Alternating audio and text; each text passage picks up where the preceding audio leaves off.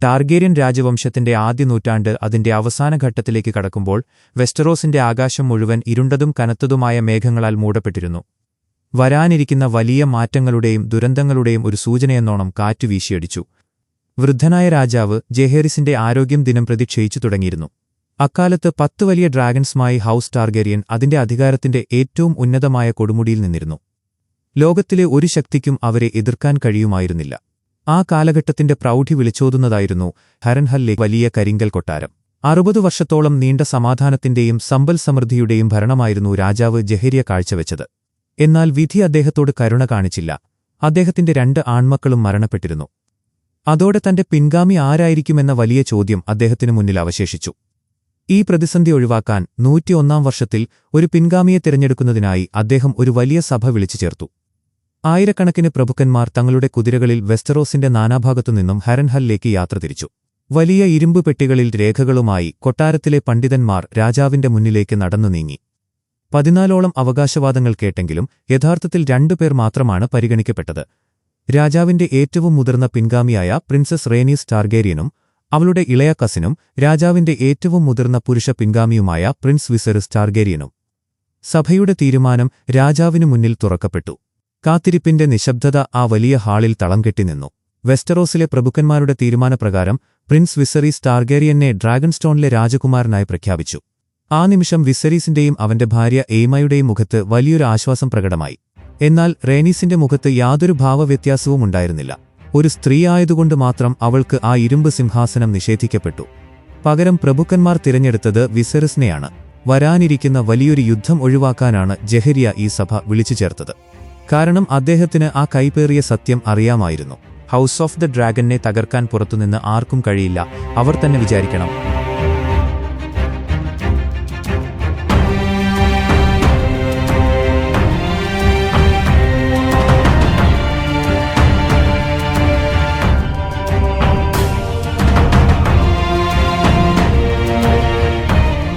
കാലം കടന്നുപോയി. ഇപ്പോൾ വിസെറിസിന്റെ ഭരണത്തിന്റെ 9-ാം വർഷമാണ്. രാജകുമാരി ഡെനേരിസ് ടാർഗേരിയന്റെ ജനനത്തിന് കൃത്യം 172 വർഷങ്ങൾക്ക് മുൻപുള്ള ഒരു പ്രഭാതം. ആകാശത്തിന്റെ അതിരുകളില്ലാത്ത നീലിമയിൽ വെളുത്ത പഞ്ഞിപോലുള്ള മേഘങ്ങൾക്കിടയിലൂടെ വിസ്മയകരമായ ഒരു കാഴ്ച വെളിപ്പെട്ടു. സ്വർണ്ണനിറത്തിലുള്ള വലിയ ചിറകുകളുള്ള സൈറാക്സ് എന്ന ഡ്രാഗൺ ആകാശത്തെ കീറിമുറിച്ച് പറന്നുവരികയാണ്.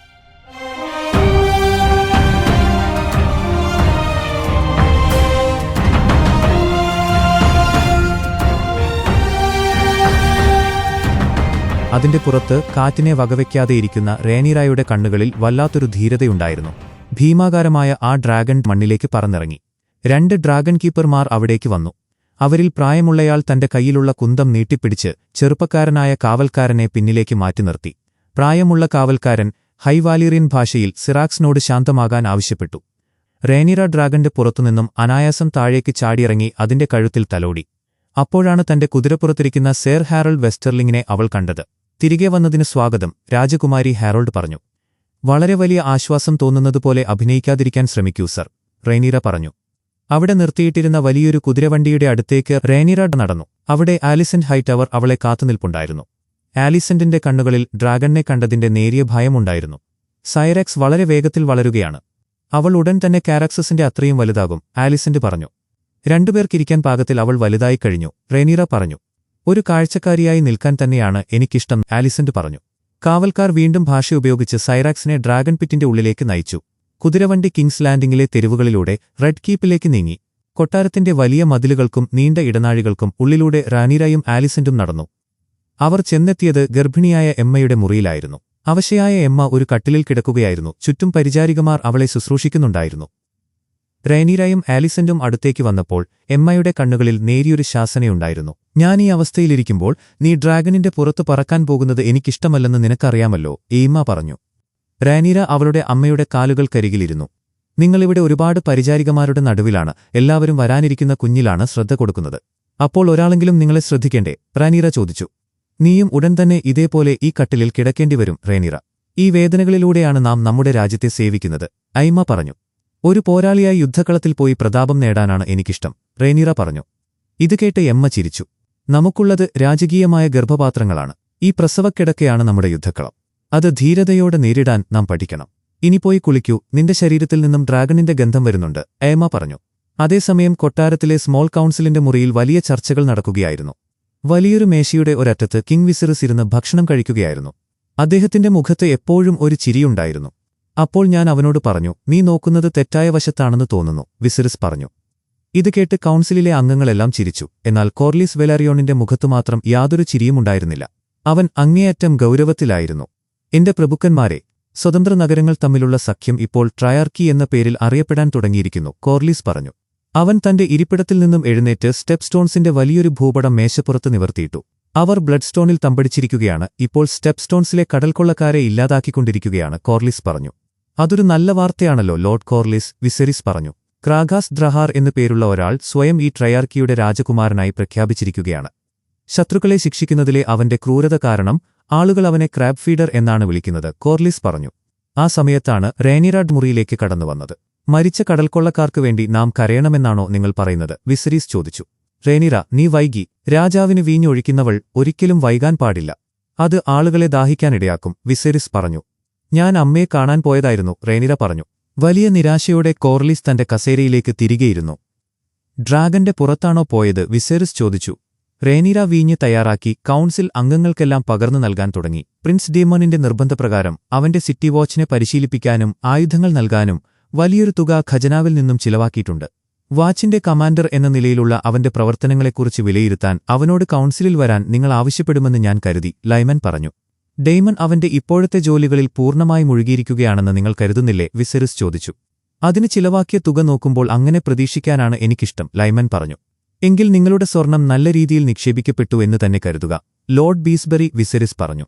ഈ ട്രയാർക്കിക്ക് സ്റ്റെപ്പ് സ്റ്റോൺസിൽ കൂടുതൽ സ്വാതന്ത്ര്യം നൽകരുതെന്ന് ഞാൻ അപേക്ഷിക്കുന്നു, രാജാവേ. ആ കപ്പൽ പാതകൾ തകർന്നാൽ അത് നമ്മുടെ തുറമുഖങ്ങളെ പട്ടിണിയിലാക്കും, കോർലിസ് പറഞ്ഞു. കിരീടം നിങ്ങളുടെ റിപ്പോർട്ട് കേൾക്കുകയും അത് പരിഗണിക്കുകയും ചെയ്യും, ലോർഡ് കോർലിസ് ഓട്ടോ പറഞ്ഞു. കുറച്ചുനേരത്തേക്ക് ആരും ഒന്നും സംസാരിച്ചില്ല. മുറിയിൽ ഭാരമുള്ള ഒരു നിശബ്ദത പരന്നു. നമുക്ക് വരാനിരിക്കുന്ന ടൂർണമെന്റിനെക്കുറിച്ച് സംസാരിച്ചാലോ, ഓട്ടോ ചോദിച്ചു. തീർച്ചയായും അതെനിക്ക് വലിയ സന്തോഷമാണ്. മെയ്സ്റ്റർമാരുടെ പ്രവചനം കൃത്യമായിരിക്കുമോ, വിസെറിസ് ചോദിച്ചു. ഇതൊക്കെ വെറും അനുമാനങ്ങൾ മാത്രമാണെന്ന് അങ്ങ് മനസ്സിലാക്കണം, രാജാവേ. പക്ഷെ ഞങ്ങൾ ചന്ദ്രന്റെ ചലനങ്ങൾ കൃത്യമായി നിരീക്ഷിച്ചിട്ടുണ്ട്. ഞങ്ങളുടെ പ്രവചനം വളരെ കൃത്യമായിരിക്കുമെന്നാണ് ഞങ്ങൾ കരുതുന്നത്, മെല്ലോസ് പറഞ്ഞു. റേനിറ വീഞ്ഞൊഴിക്കാൻ കോർലിസിന്റെ അടുത്തേക്ക് വന്നപ്പോൾ അവൻ തന്റെ കൈ കാണിച്ചുകൊണ്ട് അത് വേണ്ടെന്ന് ആംഗ്യം കാണിച്ചു. ടൂർണമെന്റിനാകുന്ന ചിലവ് അത്ര ചെറുതല്ല. കുഞ്ഞ് ജനിക്കുന്നതുവരെ നമുക്കത് മാറ്റിവെച്ചുകൂടെ, ലൈമൻ ചോദിച്ചു. മിക്ക പ്രഭുക്കന്മാരും ഭടന്മാരും ഇതിനകം തന്നെ കിങ്സ് ലാൻഡിംഗിലേക്ക് യാത്ര തിരിച്ചു കഴിഞ്ഞു. ഇനി അവരെ തിരികെ അയക്കുന്നത്, ലയണൽ പറഞ്ഞു. ഈ ടൂർണമെന്റ് ഒരാഴ്ചയോളം നീളും. മത്സരങ്ങൾ അവസാനിക്കുന്നതിനു മുൻപ് എന്റെ മകൻ ജനിക്കും. രാജ്യം മുഴുവൻ അത് ആഘോഷിക്കും, വിസെരീസ് പറഞ്ഞു.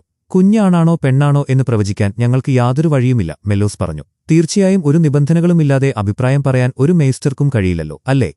രാജ്ഞിയുടെ ഗർഭപാത്രത്തിലുള്ളത് ഒരു ആൺകുട്ടിയാണ്. എനിക്കതറിയാം. എന്റെ പിൻഗാമി ഉടൻ തന്നെ നിങ്ങളുടെ ഈ ആശങ്കകളെല്ലാം ഇല്ലാതാക്കും, വിസെരീസ് പറഞ്ഞു. റെഡ് കീപ്പിന്റെ നീളൻ കോറിഡോറുകളിലൂടെ റേനിറായും ഹാരോൾഡും വേഗത്തിൽ നടക്കുകയായിരുന്നു. അവരുടെ കാൽപാദങ്ങളുടെ ശബ്ദം ആ വലിയ ഹാളുകളിൽ പ്രതിധ്വനിച്ചു. അതിരാവിലെ തന്നെ അവൻ റെഡ് കീപ്പിന്റെ വാതിലുകൾ കടന്നുവന്നു, ഹാരോൾഡ് പറഞ്ഞു. അവൻ ഇവിടെയുണ്ടെന്ന് എന്റെ അച്ഛനറിയാമോ, റേനീറ ചോദിച്ചു. ഇല്ല, ഹാരോൾഡ് പറഞ്ഞു. ഹാരോൾഡ് ആ വലിയ സിംഹാസനമുറിയുടെ വാതിലുകൾ തുറന്നു.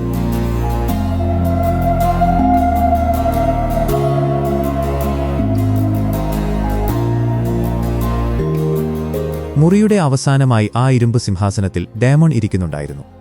ആയിരക്കണക്കിന് വാളുകൾ കൊണ്ട് നിർമ്മിച്ച ആ ഭയാനകമായ സിംഹാസനത്തിൽ വളരെ ലാഘവത്തോടെയാണ് അവനിരുന്നത്.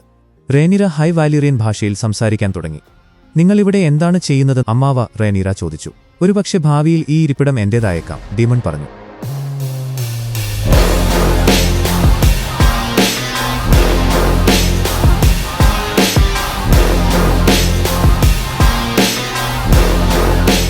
രാജ്യദ്രോഹക്കുറ്റത്തിന് നിങ്ങളെ വധിച്ചില്ലെങ്കിൽ മാത്രം. ഒരുപാട് കാലമായി നിങ്ങൾ കൊട്ടാരത്തിൽ വന്നിട്ട്, റേനീറ പറഞ്ഞു. അതെ, കൊട്ടാരത്തിലെ കാര്യങ്ങൾ വലിയ വിരസമാണ്, ഡേമൺ പറഞ്ഞു. അവളുടെ കണ്ണുകളിൽ അവനോടുള്ളൊരു പ്രത്യേക ആദരവും ഒപ്പം വെല്ലുവിളിയുമുണ്ടായിരുന്നു. എനിക്കുവേണ്ടി നിന്റെ അച്ഛൻ ഒരു ടൂർണമെന്റ് നടത്തുന്നുണ്ടെന്ന് ഞാൻ കേട്ടു, ഡേമൺ പറഞ്ഞു. ടൂർണമെന്റ് അദ്ദേഹത്തിന്റെ പിൻഗാമിക്ക് വേണ്ടിയാണ്, റേനീറ പറഞ്ഞു. അതുതന്നെയാണ് ഞാനും പറഞ്ഞത്, ഡീമൺ പറഞ്ഞു. അദ്ദേഹത്തിന്റെ പുതിയ പിൻഗാമിക്ക്, റേനീറ പറഞ്ഞു. ഡീമൺ സിംഹാസനത്തിൽ നിന്നും എഴുന്നേറ്റ് അവളുടെ അടുത്തേക്ക് വന്നു. അവന്റെ നടപ്പിൽ വല്ലാത്തൊരു വശ്യതയും അഹങ്കാരവുമുണ്ടായിരുന്നു. നിന്റെ അമ്മ ഒരു ആൺകുട്ടിക്ക് ജന്മം നൽകുന്നതുവരെ നിങ്ങളുടെയെല്ലാം തലവേദന ഞാനായിരിക്കും, ഡേമൺ പറഞ്ഞു. എങ്കിൽ എനിക്കൊരു സഹോദരനുണ്ടാകാൻ ഞാൻ പ്രാർത്ഥിക്കാം, റേനീറ പറഞ്ഞു. ഞാൻ നിനക്കൊരു സാധനം വാങ്ങിയിട്ടുണ്ട്, ഡേമൺ പറഞ്ഞു. അവൻ ഒരു മനോഹരമായ മാല എടുത്തു കാണിച്ചു. റേനീറ അത് സൂക്ഷ്മമായി പരിശോധിച്ചു. ഇതെന്താണെന്ന് നിനക്കറിയാമോ, ഡേമൺ ചോദിച്ചു. ഇത് വാലീരിയൻ സ്റ്റീലാണ്, ഡാർക്ക് സിസ്റ്റർ പോലെ, റേനീറ പറഞ്ഞു. ഡേമൺ ആ മാല തിരികെ വലിച്ചു. തിരിഞ്ഞു നിൽക്കൂ, ഡീമൺ പറഞ്ഞു. റേനീറ തിരിഞ്ഞുനിന്ന് തന്റെ നീണ്ട മുടി മാറ്റി കഴുത്ത് കാണിച്ചു കൊടുത്തു.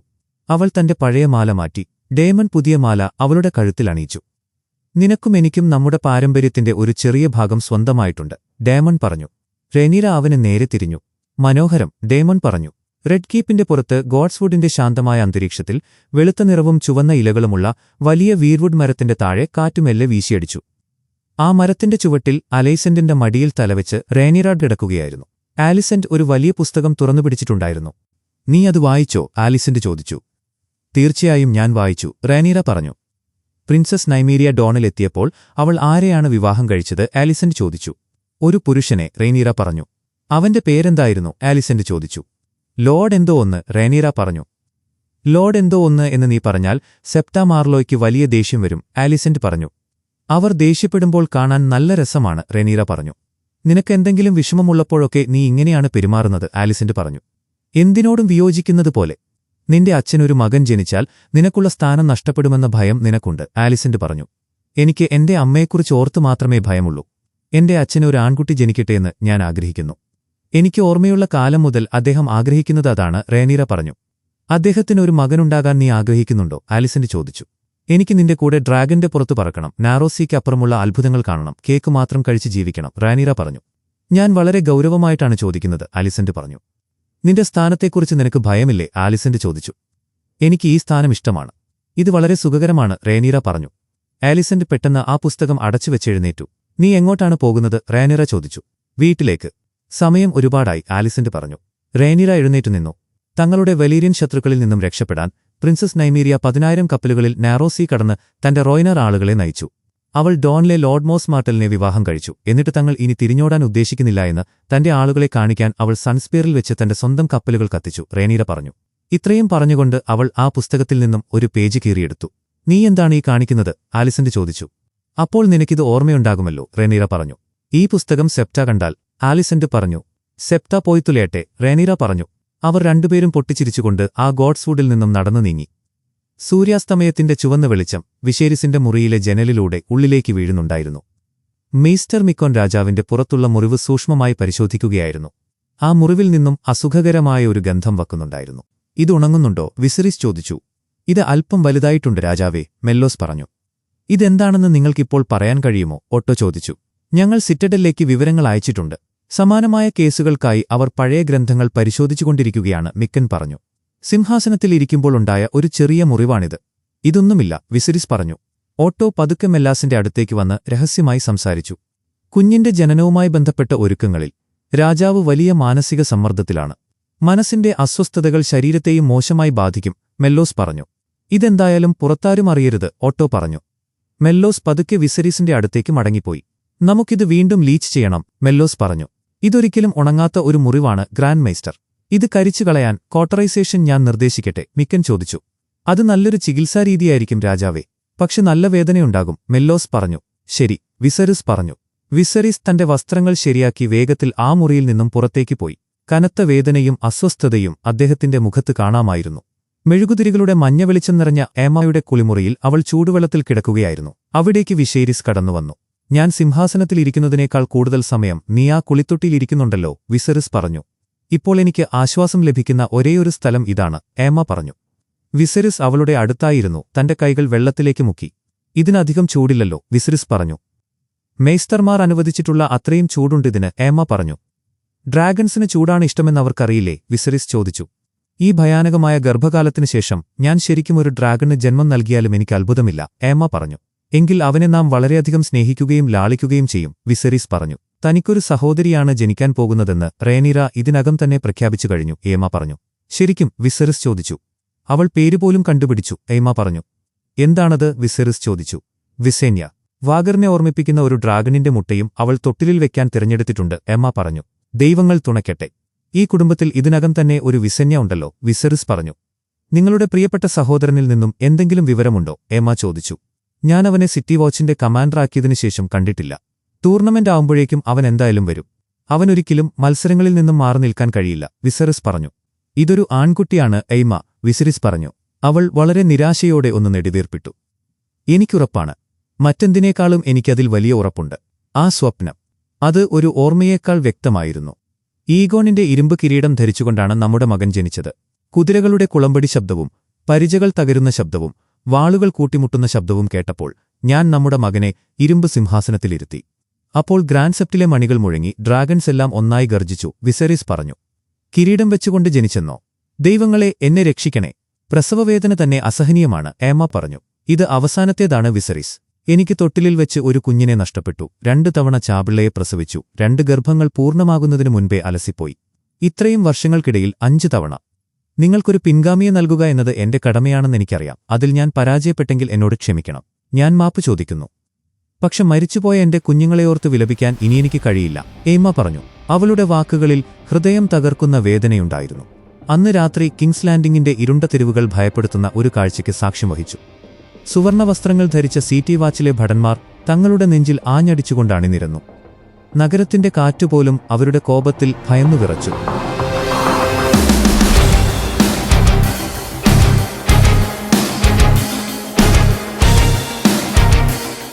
കമാൻഡർ വരുന്നു, റാൻഡിൽ ഉച്ചത്തിൽ വിളിച്ചു പറഞ്ഞു. ഉടൻ തന്നെ അവരുടെ നെഞ്ചിലടിക്കുന്ന ശബ്ദം നിലച്ചു.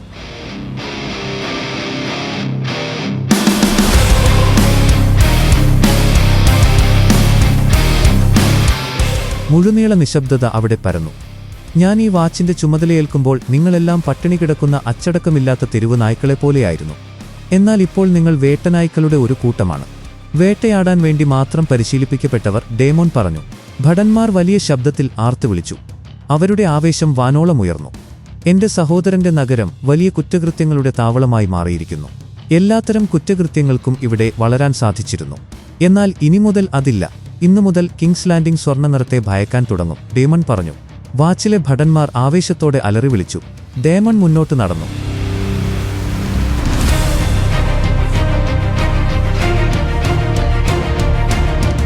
ഭടന്മാരുടെ കൂട്ടങ്ങൾ ഒരു കൊടുങ്കാറ്റുപോലെ നഗരത്തിലേക്കിറങ്ങി. നഗരത്തിന്റെ വിവിധ ഭാഗങ്ങളിൽ വലിയ അക്രമങ്ങൾ അഴിച്ചുവിട്ടു. സാധുക്കളായ ആളുകൾ ഇരുട്ടിലൂടെ ജീവൻ രക്ഷിക്കാനോടി. നിരപരാധികളും കുറ്റവാളികളും ഒരുപോലെ ആക്രമിക്കപ്പെട്ടു. വീടുകൾ തകർക്കപ്പെട്ടു. ആളുകളെ റോഡിലൂടെ വലിച്ചിഴച്ചു. ഭയപ്പെടുത്തുന്ന നിലവിളികൾ ആ നഗരത്തെ വിഴുങ്ങി. ഡേമൺ ഭടന്മാരുമായി ശിക്ഷകൾ നടപ്പിലാക്കുന്ന ഒരു വലിയ മൈതാനത്തേക്ക് വന്നു. അവിടെ ഒരാളെ ഭടന്മാർ പിടിച്ചുവെക്കുകയും മറ്റൊരാൾ അവന്റെ കൈ വെട്ടിമാറ്റുകയും ചെയ്തു. ബലാത്സംഗം ചെയ്തവൻ, റാൻഡിൽ അലറി. വലിയൊരു കത്തി ഉപയോഗിച്ച് അവൻ ആ മനുഷ്യനെ ഷണ്ഡീകരിച്ചു. ആ മനുഷ്യന്റെ നിലവിളി ആകാശത്തോളം ഉയർന്നു. റാൻഡിൽ അവന്റെ ശരീരഭാഗം അവിടെയുള്ള ഒരു മരക്കുറ്റിയിലേക്ക് വലിച്ചെറിഞ്ഞു. ചുറ്റും ഇത്രയധികം ക്രൂരതകൾ നടക്കുമ്പോഴും യാതൊരു ഭാവവ്യത്യാസവുമില്ലാതെ ഡീമോണെല്ലാം നോക്കി നിൽക്കുകയായിരുന്നു. മറ്റൊരുവന്റെ കൈ വെട്ടിമാറ്റപ്പെട്ടു. വീണ്ടും റാൻഡിൽ മറ്റൊരുവനെ ഡേമോണിന് നേരെ ചൂണ്ടിക്കാണിച്ചു. കൊലപാതകി, റാൻഡിൽ പറഞ്ഞു.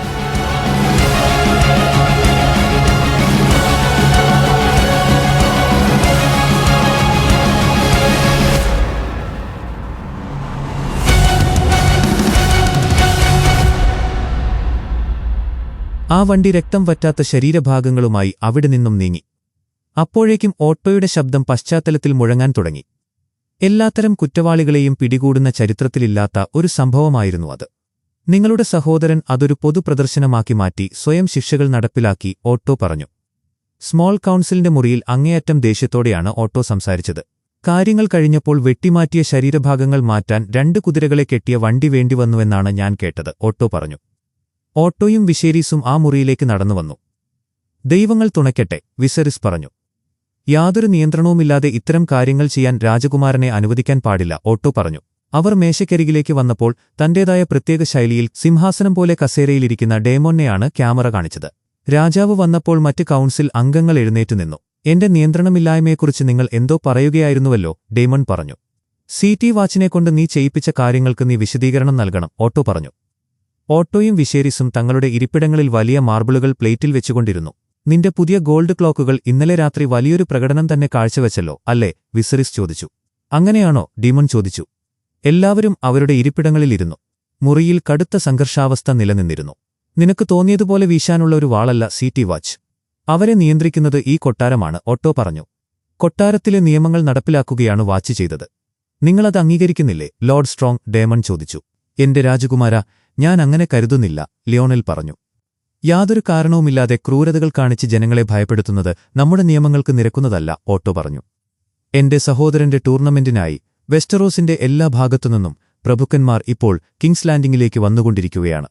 അവർ കൊള്ളയടിക്കപ്പെടാനും ബലാത്സംഗം ചെയ്യപ്പെടാനും കൊല്ലപ്പെടാനും നിങ്ങൾ ആഗ്രഹിക്കുന്നുണ്ടോ? റെഡ് കീപ്പിന്റെ സുരക്ഷിതത്വത്തിൽ നിന്നും പുറത്തിറങ്ങാത്തതുകൊണ്ട് നിങ്ങൾക്കത് അറിയാൻ സാധ്യതയില്ല. പക്ഷെ കിങ്സ് ലാൻഡിംഗിലെ ഭൂരിഭാഗം സ്ഥലങ്ങളും സാധാരണക്കാർക്ക് പേടിസ്വപ്നമാണ്. നമ്മുടെ നഗരം എല്ലാ ജനങ്ങൾക്കും സുരക്ഷിതമായിരിക്കണം, ഡേമൺ പറഞ്ഞു. ഞാൻ യോജിക്കുന്നു. പക്ഷെ അതിനുവേണ്ടി നഗരത്തിലെ പകുതി ആളുകളുടെയും കൈവെട്ടേണ്ടിവരില്ലെന്ന് ഞാൻ വിശ്വസിക്കുന്നു, വിസെറിസ് പറഞ്ഞു. കാലം തെളിയിക്കും, ഡേമൺ പറഞ്ഞു. നിയമവും സമാധാനവും നടപ്പിലാക്കാനാണ് നാം പ്രിൻസ് ഡേമണിനെ കമാൻഡറായി നിയമിച്ചത്. കുറ്റവാളികൾ സിറ്റി വാച്ചിനെ ഭയക്കണം, കോർലിസ് പറഞ്ഞു. നിങ്ങളുടെ പിന്തുണയ്ക്ക് നന്ദി, ലോർഡ് കോർലിസ്, ഡേമൺ പറഞ്ഞു. രാജകുമാരൻ തന്റെ ജോലിയിൽ കാണിക്കുന്ന ആത്മാർത്ഥത സ്വന്തം ഭാര്യയോടും കാണിച്ചിരുന്നെങ്കിൽ എത്ര നന്നായേനെ രാജാവേ.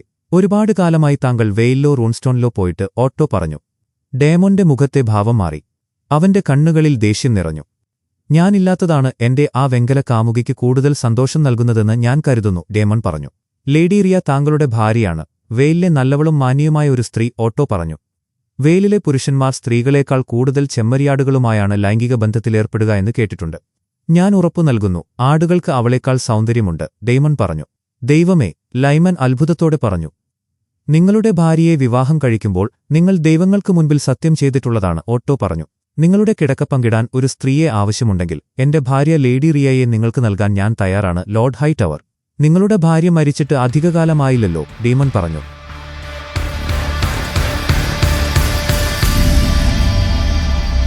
ഇത് കേട്ട് സഹിക്കാൻ കഴിയാതെ ഓട്ടോ കസേരയിൽ നിന്നും ദേഷ്യത്തോടെ എഴുന്നേറ്റു.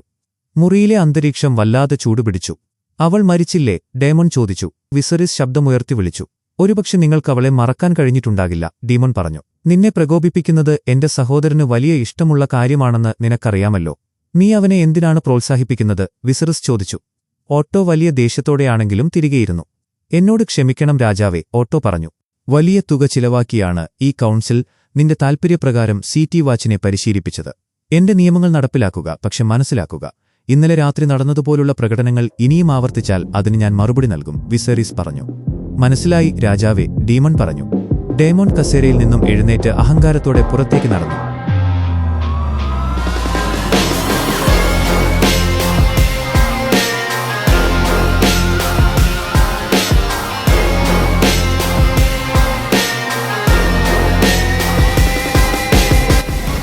കിങ്സ് ലാൻഡിംഗിലെ ഒരു വേശ്യാലയത്തിൽ ഒരു കൂട്ടം ആളുകൾ നോക്കി നിൽക്കെ ഡേമണും മൈസാരിയയും ലൈംഗിക ബന്ധത്തിലേർപ്പെടുകയായിരുന്നു. കുറച്ചുനേരം കഴിഞ്ഞപ്പോൾ ഡേമൺ വല്ലാതെ അസ്വസ്ഥനായി. അവന് പൂർണ്ണമായി അതിൽ മുഴുകാൻ കഴിഞ്ഞില്ല. അവൻ കടുത്ത നിരാശയോടെ അവിടെ നിന്നും എഴുന്നേറ്റ് വലിയൊരു തുണി ശരീരത്തിൽ ചുറ്റി ജനലിനരികിലേക്ക് നടന്നു. മൈസാരിയ അവന്റെ അടുത്തേക്ക് നടന്നുവന്നു. അവൾ വളരെ സ്നേഹത്തോടെ അവനെ സ്പർശിച്ചു. നിങ്ങളെ അലട്ടുന്നത് എന്താണ് എന്റെ രാജകുമാര, മൈസാരിയ ചോദിച്ചു. ഞാൻ വേറെ ഒരാളെ കൊണ്ടുവരാം, ഒരുപക്ഷെ ഒരു കന്യകയെ. എനിക്കറിയാവുന്ന പലരുമുണ്ട്. വെള്ളിമുടിയുള്ള ഒരാളെ വേണമെങ്കിലും ഞാൻ കൊണ്ടുവരാം. നിങ്ങൾ ഡേമൺ ടാർഗേറിയനാണ്, കാരക്സിസിന്റെ റൈഡർ, ഡാർക്ക് സിസ്റ്റർ എന്ന വാളേന്തുന്നവൻ. രാജാവിനൊരിക്കലും നിങ്ങൾക്ക് പകരക്കാരനാകാൻ കഴിയില്ല, മൈസാരിയ പറഞ്ഞു. അവൾ അവനെ കെട്ടിപ്പിടിച്ചു. എന്നാൽ അവന്റെ മനസ്സ് മറ്റ് പല ചിന്തകളിലുമായിരുന്നു. ടൂർണമെന്റ് ദിവസം വന്നെത്തി. ആ വലിയ മൈതാനം വർണ്ണശബളമായ കൊടികളാലും ജനങ്ങളാലും നിറഞ്ഞിരുന്നു. ആഘോഷങ്ങളുടെ അന്തരീക്ഷമായിരുന്നു എങ്ങും. ഭടന്മാരും കുതിരകളും തയ്യാറെടുപ്പുകൾ നടത്തുന്നുണ്ടായിരുന്നു. റെനീര വലിയ പടവുകൾ കയറി ബാൽക്കണിയിലേക്ക് വന്നു. അവിടെ രാജാവിനും മറ്റ് പ്രഭുക്കന്മാർക്കുമുള്ള ഇരിപ്പിടങ്ങൾ ഉണ്ടായിരുന്നു. വിസെറിസ് വലിയ ആവേശത്തോടെ എഴുന്നേറ്റുനിന്ന് ജനങ്ങളെ അഭിസംബോധന ചെയ്യാൻ തുടങ്ങി. ഈ മത്സരങ്ങൾ കാണാൻ നിങ്ങളിൽ പലരും ഒരുപാട് ദൂരം സഞ്ചരിച്ചാണ് വന്നിരിക്കുന്നതെന്ന് എനിക്കറിയാം. പക്ഷെ ഞാൻ ഉറപ്പു നൽകുന്നു, നിങ്ങൾക്കൊരിക്കലും നിരാശപ്പെടേണ്ടിവരില്ല, വിസെറിസ് പറഞ്ഞു. പ്രഭുക്കന്മാർക്കിടയിൽ നിന്നുകൊണ്ട് സംസാരിക്കുന്ന വിസേരിസിന്റെ ശബ്ദം മൈതാനമാകെ മുഴങ്ങി. റെനീര തന്റെ സീറ്റിലിരുന്നു. ഈ മൈതാനത്തെ മികച്ച പോരാളികളെ നോക്കുമ്പോൾ നമ്മുടെ ചരിത്രത്തിൽ തന്നെ ഇത്രയും മികച്ചൊരു സംഘത്തെ എനിക്ക് കാണാൻ കഴിയില്ല. ഈ വലിയ ദിവസം കൂടുതൽ സന്തോഷകരമാക്കുന്ന ഒരു വാർത്ത ഞാൻ നിങ്ങളുമായി പങ്കുവയ്ക്കുകയാണ്. രാജ്ഞി എയ്മയുടെ പ്രസവവേദന തുടങ്ങിയിരിക്കുന്നു, വിസെറിസ് പറഞ്ഞു. ജനക്കൂട്ടം വലിയ ആവേശത്തോടെ ആർത്തുവിളിച്ചു. മത്സരിക്കുന്ന എല്ലാവർക്കും ദൈവങ്ങളുടെ അനുഗ്രഹമുണ്ടാകട്ടെ, വിസെറിസ് പറഞ്ഞു. മൈതാനത്തിന്റെ ഒത്ത നടുവിൽ 2 പോരാളികൾ കുതിരപ്പുറത്തിരുന്ന് തങ്ങളുടെ വലിയ കുന്തങ്ങൾ ഉപയോഗിച്ച് പോരാടാൻ തുടങ്ങി. കുതിരകൾ പരസ്പരം ഓടിയെടുക്കുമ്പോൾ കുളമ്പടി ശബ്ദം മൈതാനത്ത് മുഴങ്ങി. രണ്ടാമത്തെ വരവിൽ ഒരാൾ കുതിരപ്പുറത്തുനിന്നും താഴേക്ക് വീണു. ജനങ്ങൾ വിജയിയെ നോക്കി കൈയടിച്ചു. വിജയിയായ ഭടൻ ബാൽക്കണിക്ക് മുൻപിൽ വന്ന് തലകുനിച്ചു അഭിവാദ്യം ചെയ്തു. ഒരു മിസ്റ്ററി നൈറ്റാണോ? റേനറ ചോദിച്ചു. അല്ല, സ്റ്റോംലാൻഡ്സിൽ നിന്നുള്ള കോൾ, ആലിസന്റ് പറഞ്ഞു. ഹൗസ് കോളിനെക്കുറിച്ച് ഞാൻ ഇതുവരെ കേട്ടിട്ടില്ല, റെനിറ പറഞ്ഞു. അപ്പോഴാണ് ബോർമണ്ട് ബരത്തിയോൺ കുതിരപ്പുറത്ത് ബാൽക്കണിക്ക് അടുത്തേക്ക് വന്നത്. പ്രിൻസസ് റേനീസ് ടാർഗാരിയൻ. ഒരിക്കലും രാജ്ഞിയാകാൻ കഴിയാതിരുന്നവളിന്റെ അനുഗ്രഹം ഞാൻ താഴ്മയോടെ ചോദിക്കുന്നു, ബോർമണ്ട് പറഞ്ഞു. പ്രഭുക്കന്മാരുടെ മുഖത്ത് പലതരത്തിലുള്ള ഭാവങ്ങൾ മിന്നിമറഞ്ഞു. റാനീസ് മുന്നോട്ട് വന്ന് പൂക്കൾ കൊണ്ടുള്ള ഒരു റീത്ത് ബോർമണ്ടിന്റെ കുന്തത്തിലേക്ക് ഇട്ടുകൊടുത്തു. അവർ പരസ്പരം നോക്കി ചിരിച്ചു. ഇത് കണ്ട ഓട്ടോ പതുക്കെ വിശേരിസിന്റെ ചെവിയിൽ മന്ത്രിച്ചു.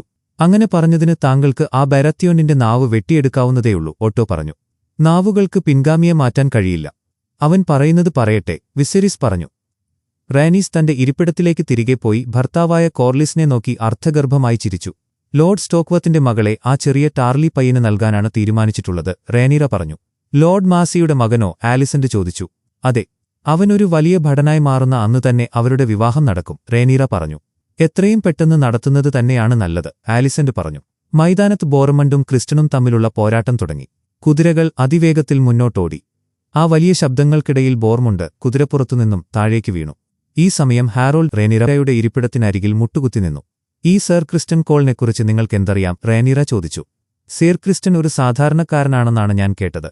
ലോർഡ് ഡോണ്ടാരിയന്റെ കാര്യസ്ഥന്റെ മകൻ. പക്ഷെ അതിനു പുറമെ അവനിപ്പോൾ 2 ബരാത്തിയോൺ പയ്യന്മാരെയും തോൽപ്പിച്ചു എന്നത് മാത്രമാണ് എനിക്ക് പറയാൻ കഴിയുക, ഹാരോൾഡ് പറഞ്ഞു. മൈതാനത്ത് ടാർഗേരിയൻ രാജവംശത്തിന്റെ വലിയ കൊടി നാട്ടപ്പെട്ടു.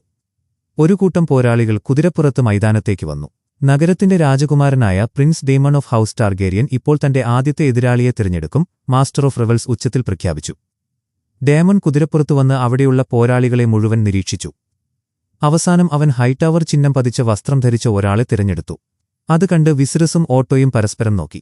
തന്റെ ആദ്യത്തെ പോരാട്ടത്തിനായി പ്രിൻസ് ഡേമൺ ടാർഗേരിയൻ രാജാവിന്റെ വലങ്കൈയായ ഹാൻഡ് ഓഫ് ദ കിങ്ങിന്റെ മൂത്ത മകനായ സർ ഗ്വെയ്ൻ ഹൈടവർ ഓഫ് ഓൾ ടൗണിനെ തിരഞ്ഞെടുത്തിരിക്കുന്നു, മാസ്റ്റർ ഓഫ് റിവൽസ് പ്രഖ്യാപിച്ചു. ഇതുകണ്ട് കോർലിസിന്റെ മുഖത്ത് നേരിയ ചിരിയുണ്ടായിരുന്നു. ഓട്ടോയുടെ മകനായ ഗ്വെയ്ൻ പോരാട്ടത്തിനായി തയ്യാറെടുത്തു. വലിയ ഭയത്തോടെ ആലിസന്റിന്റെ കൈകളിൽ റേനീറ ഇറുകെ പിടിച്ചു. ഇതൊരു സാധാരണ പോരാട്ടമാകില്ലെന്ന് അവർക്കെല്ലാവർക്കും അറിയാമായിരുന്നു. ലൈമൻ തന്റെ കൈയിലുള്ള നാണയങ്ങൾ ഒരു പരിചാരകന് നൽകി.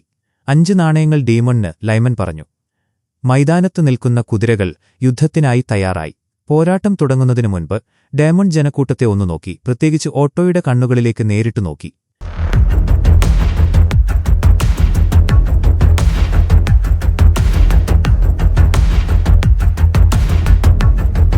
അതിവേഗത്തിൽ കുതിരകൾ പരസ്പരം ഓടിയടുത്തു. വലിയ ശബ്ദത്തോടെ കുന്തങ്ങൾ കൂട്ടിമുട്ടി. ഡേമണിന് വലിയൊരു അടി കിട്ടി. അവന്റെ കുന്തം താഴെ വീണു. പക്ഷെ അവൻ കുതിരപ്പുറത്തുനിന്നും വീണില്ല. ഓട്ടോയുടെ മുഖത്ത് വലിയ സന്തോഷം പ്രകടമായി. 2 പേരും പുതിയ കുന്തങ്ങൾ വാങ്ങി വീണ്ടും പരസ്പരം ഓടിയടുത്തു. അവസാന നിമിഷം ഡീമൺ വലിയൊരു ചതി പ്രയോഗിച്ചു.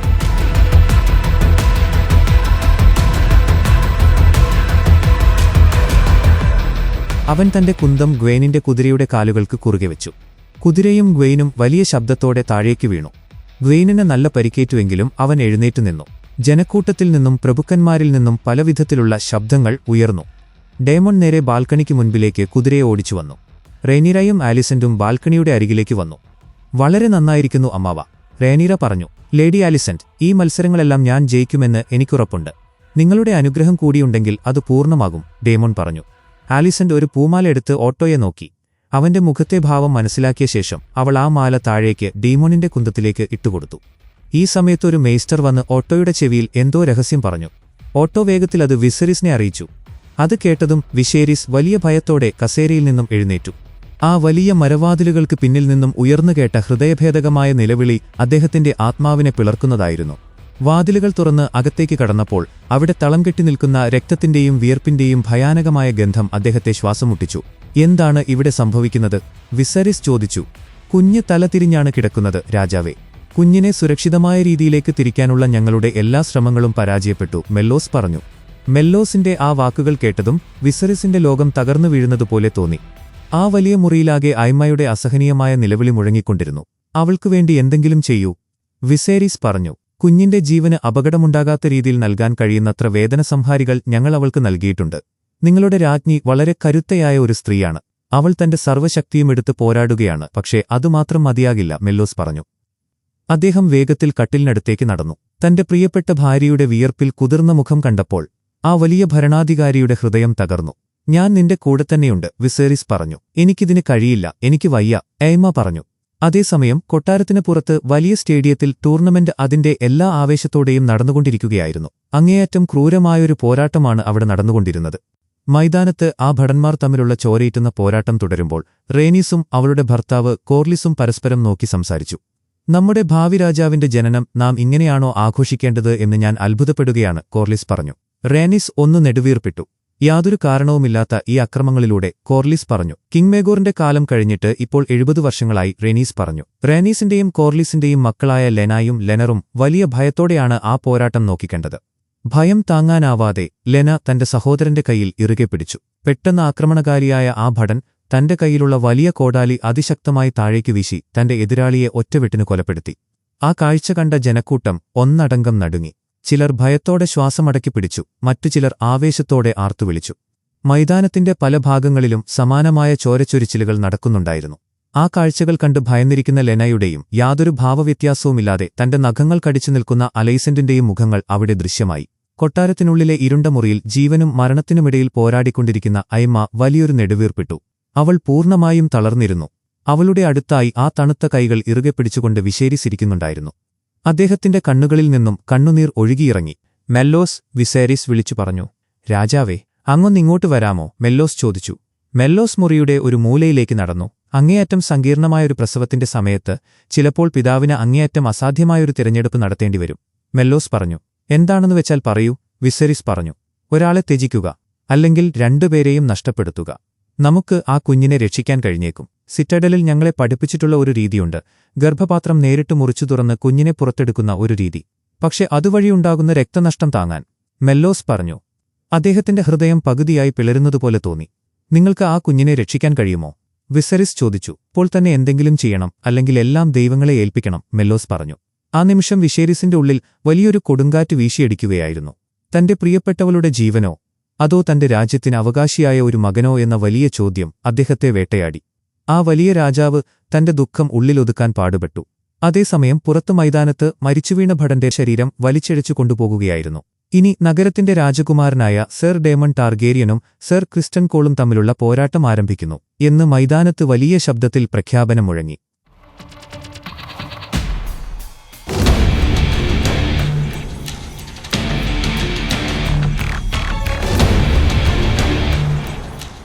ഡേമണും ക്രിസ്റ്റനും തങ്ങളുടെ കുതിരപ്പുറത്തേറി വലിയ കുന്തങ്ങളുമായി പോരാട്ടത്തിനായി തയ്യാറെടുത്തു.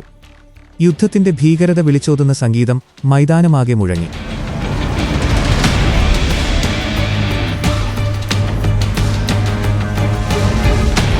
കുതിരകൾ അതിവേഗത്തിൽ പരസ്പരം ഓടിയെടുത്തു. ആദ്യത്തെ വരവിൽ രണ്ടുപേരുടെയും കുന്തങ്ങൾ കൂട്ടിമുട്ടിയെങ്കിലും ആരും താഴെ വീണില്ല. ഇരുവരും പുതിയ കുന്തങ്ങൾ വാങ്ങി വീണ്ടും പരസ്പരം പോരാടാനായി കുതിരകളെ ഓടിച്ചു. അവർ അതിശക്തമായി വീണ്ടും കൂട്ടിയിടിക്കുന്ന ആ വലിയ ശബ്ദത്തോടൊപ്പം തന്നെ രംഗം വീണ്ടും ആ ഇരുണ്ട മുറിയിലേക്ക് മാറി. തന്റെ ബോധം പതുക്കെ തെളിയുമ്പോൾ ഐമ കണ്ണു തുറന്നു നോക്കി. വിസേരിസ് വളരെ സ്നേഹത്തോടെ അവളുടെ കയ്യിൽ ചുംബിച്ചുകൊണ്ടിരിക്കുകയായിരുന്നു. അവർ ഇപ്പോൾ തന്നെ കുഞ്ഞിനെ പുറത്തേക്ക് കൊണ്ടുവരും, വിസേരിസ് പറഞ്ഞു. എമ്മ വളരെ ക്ഷീണത്തോടെ തലയാട്ടി.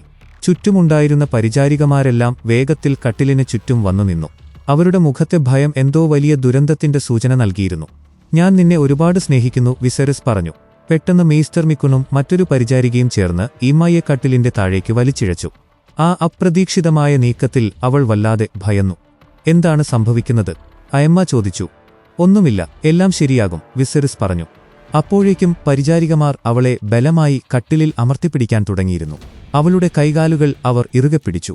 ആ സമയം ഒരു പരിചാരിക വളരെ മൂർച്ചയേറിയ ഒരു വലിയ കത്തി മെല്ലോസിന്റെ കൈയിലേക്ക് നൽകി. ആ തിളങ്ങുന്ന കത്തി കണ്ട നിമിഷം എമ്മയുടെ കണ്ണുകളിൽ മരണഭയം നിറഞ്ഞു. ഞാൻ ആദ്യത്തെ മുറിവുണ്ടാക്കാൻ പോവുകയാണ്, മെല്ലോസ് പറഞ്ഞു. മൈതാനത്ത് ക്രിസ്റ്റനും ഡേമണും അതിശക്തമായി വീണ്ടും കൂട്ടിമുട്ടി. വലിയ ശബ്ദത്തോടെ ഡേമൺ കുതിരപ്പുറത്തുനിന്നും മൈതാനത്തിന്റെ നടുവിലുള്ള വലിയ തടിവേലിയിലേക്ക് തെറിച്ചു വീണു. കുതിരയുടെ മുകളിലേക്ക് തിരികെ കയറാൻ അവൻ ശ്രമിച്ചെങ്കിലും നിയന്ത്രണം നഷ്ടപ്പെട്ട് അവൻ നിലത്തേക്ക് വീണു. ഭയങ്കരമായ ദേഷ്യത്തോടെ തന്നെ സഹായിക്കാൻ വന്ന ഭടനെ അവൻ തള്ളിയിട്ടു. അപ്പോഴേക്കും ക്രിസ്റ്റൻ തന്റെ കുതിരപ്പുറത്തുനിന്നും താഴെ ഇറങ്ങിയിരുന്നു. ഒരു പരിചാരകൻ വേഗത്തിൽ ഓടിവന്ന് അവന്റെ വാൾ നൽകി.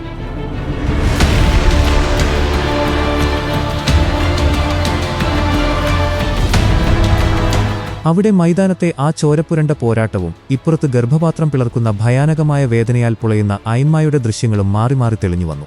വലിയൊരു നിലവിളിയോടെ ആ ചോരക്കുഞ്ഞിനെ വയറ്റിൽ നിന്നും അവർ പുറത്തെടുത്ത അതേ നിമിഷം തന്നെ മൈതാനത്ത് ക്രിസ്റ്റൻ ഡേമണിനെ പിന്നിൽ നിന്നും അതിശക്തമായി ആക്രമിച്ച് താഴെയിട്ടു. അവന്റെ കയ്യിൽ തന്റെ ബൂട്ട് വെച്ച് അമർത്തിക്കൊണ്ട് ക്രിസ്റ്റൻ നിന്നു. ഒരു നിമിഷത്തെ മൗനത്തിനു ശേഷം അങ്ങേയറ്റം അപമാനിതനായിക്കൊണ്ട് ഡേമൺ തോൽവി സമ്മതിച്ചു. അവൻ ക്രിസ്റ്റന്റെ കാൽ ദേഷ്യത്തോടെ തട്ടിമാറ്റി താഴെ നിന്നും എഴുന്നേറ്റു. മൈതാനത്തെ ജനക്കൂട്ടത്തെ നോക്കി നിൽക്കുന്ന ഡേമണിന്റെ മുഖത്ത് വലിയ അഹങ്കാരവും ദേഷ്യവും ഉണ്ടായിരുന്നു. ആ നിമിഷം തന്നെ കൊട്ടാരത്തിലെ മുറിയിൽ രക്തത്തിൽ കുളിച്ചുകിടക്കുന്ന എമ്മയുടെ ചേതനയേറ്റ ശരീരം തെളിഞ്ഞുവന്നു. ആ വലിയ രാജാവ് ഒരു കൊച്ചുകുട്ടിയെപ്പോലെ പൊട്ടിക്കരഞ്ഞു. പോരാട്ടം കഴിഞ്ഞ് വിജയിയായ ക്രിസ്റ്റൻ ബാൽക്കണിക്ക് അടുത്തേക്ക് നടന്നുവന്നപ്പോൾ റെയ്നീരയും അലൈസന്റും വേഗത്തിൽ അവിടേക്ക് ഓടിച്ചെന്നു. അവനൊരു ഡോൺകാരനാണ്, അലിസന്റ് പറഞ്ഞു. രാജകുമാരിയുടെ അനുഗ്രഹം എനിക്ക് ലഭിക്കുമെന്ന് ഞാൻ ആഗ്രഹിച്ചുപോയി, ക്രിസ്റ്റൻ പറഞ്ഞു. റെയ്നീര തന്റെ കയ്യിലുണ്ടായിരുന്ന മനോഹരമായ പൂമാല താഴേക്ക് അവന് നേരെ ഇട്ടുകൊടുത്തു. നിങ്ങൾക്ക് ഞാൻ വിജയങ്ങൾ ആശംസിക്കുന്നു, സർ ക്രിസ്റ്റൻ, റെയ്നീര പറഞ്ഞു. ക്രിസ്റ്റൻ അവിടെ നിന്നും തിരിഞ്ഞു നടന്നപ്പോൾ റെയ്നീരയുടെ ചുണ്ടുകളിൽ നേരിയൊരു പുഞ്ചിരി വിടർന്നു. അപ്പോഴാണ് വലിയ ഗൗരവത്തോടെ ഓട്ടോ ആ ബാൽക്കണിയിലേക്ക് വന്നത്. കൊട്ടാരത്തിലെ മുറിയിൽ അങ്ങേയറ്റം ഭയാനകമായ ഒരു ദൃശ്യമായിരുന്നു ഉണ്ടായിരുന്നത്. രക്തത്തിൽ കുളിച്ച ആ വലിയ കട്ടിലിൽ എങ്ങും ജീവനില്ലാത്ത ഐമയുടെ ശരീരം കിടന്നു. മരവിച്ച മനസ്സോടെ വിസെരിസ് അവളുടെ അരികിലിരുന്നു. അപ്പോഴാണ് മെല്ലോസ് രക്തം പുരണ്ട ആ ചെറിയ കുഞ്ഞിനെയും കൊണ്ട് അദ്ദേഹത്തിന്റെ അടുത്തേക്ക് വന്നത്. അങ്ങേക്ക് അഭിനന്ദനങ്ങൾ രാജാവേ, അങ്ങേക്കൊരു മകൻ പിറന്നിരിക്കുന്നു, മെല്ലോസ് പറഞ്ഞു. ഇതൊരു ആൺകുട്ടിയാണോ? വിസെരിസ് ചോദിച്ചു. പുതിയ അവകാശി രാജാവേ, മെല്ലോസ് പറഞ്ഞു. മൈതാനത്ത് എന്തോ വലിയ ദുരന്തം സംഭവിച്ചെന്ന മട്ടിൽ ഓട്ടോ വേഗത്തിൽ വന്ന് ലയണലിന്റെ ചെവിയിൽ എന്തോ മന്ത്രിച്ചു. ലയണൽ അത് ലൈമനോട് പറഞ്ഞപ്പോൾ ഓട്ടോ വേഗത്തിൽ നടന്ന് കോർലിസിന്റെ അടുത്തേക്ക് പോയി അവനോടും കാര്യം പറഞ്ഞു. ഈ സമയം മുറിയിലെ വലിയ നിശബ്ദതയെ ഭേദിച്ചുകൊണ്ട് മെല്ലോസ് സംസാരിച്ചു. രാജാവും രാജ്ഞിയും ചേർന്ന് കുഞ്ഞിന് എന്തെങ്കിലും പേര് കണ്ടുവച്ചിരുന്നോ? മെല്ലോസ് ചോദിച്ചു. ബേലോൺ വിസെരിസ്. പെട്ടെന്ന് കുഞ്ഞിന്റെ കരച്ചിൽ നിലച്ചു. മെല്ലോസിന്റെ മുഖത്തെ ഭാവം മാറി. ആ ചെറിയ ജീവൻ പിടഞ്ഞു തീരുന്നത് നോക്കി നിൽക്കാനേ അവർക്ക് കഴിഞ്ഞുള്ളൂ. ടൂർണമെന്റ് നടക്കുന്ന മൈതാനത്ത് കൊട്ടാരത്തിലെ ഈ മരണവാർത്തയറിഞ്ഞ സ്മോൾ കൗൺസിൽ അംഗങ്ങളെല്ലാം വലിയ ദുഃഖത്തോടെ അവിടെ നിന്നും എഴുന്നേറ്റുപോയി. മറ്റു പ്രഭുക്കന്മാരും ഇത് കണ്ട് എഴുന്നേറ്റു നിന്നു. യാതൊന്നും മനസ്സിലാകാതെ റെയ്നീര മൈതാനത്തേക്ക് തന്നെ നോക്കി നിന്നു. അവളുടെ ലോകം ഉടൻ തന്നെ ഇരുളിലാകാൻ പോവുകയാണെന്ന് അവൾ അറിഞ്ഞിരുന്നില്ല.